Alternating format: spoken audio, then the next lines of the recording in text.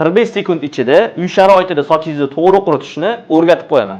Sochinglar manikidagi qalin, qattiq bo'ladigan bo'lsa, birinchi navbatda bizga skeletka taroq bilan fen kerak bo'ladi. Keyin bo'lsa fenni tarog'imizdan 10-15 sm uzoqlikda qilib, sochimizdan bir u yoqqa, bir bu yoqqa tarab yumshatamiz.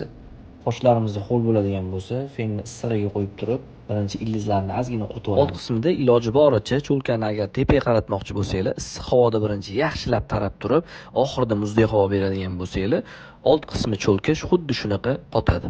Undan keyin London Grooming firmasini Define Wosk'ini suramiz. Wosk qo'limizga olganimizdan keyin yaxshilab ishqalaymiz va sochni hamma yog'iga bir xil tekkizishga harakat qilib suramiz. Natijada sochlarimiz bo'ysunuvchan bo'ladi. Sochinglar manikidagi qattiq dag'al bo'ladigan bo'lsa, aynan shu wosk sizlarning sochinglarning ob'yomini yo'qotib, mokri effekt qilib beradi.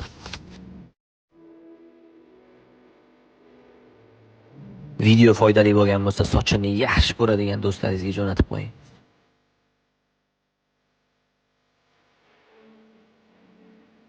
Bu videoni sochi doim akkuratli bo'lib turishini xohlaydigan do'stlaringizga jo'natib qo'yinglar.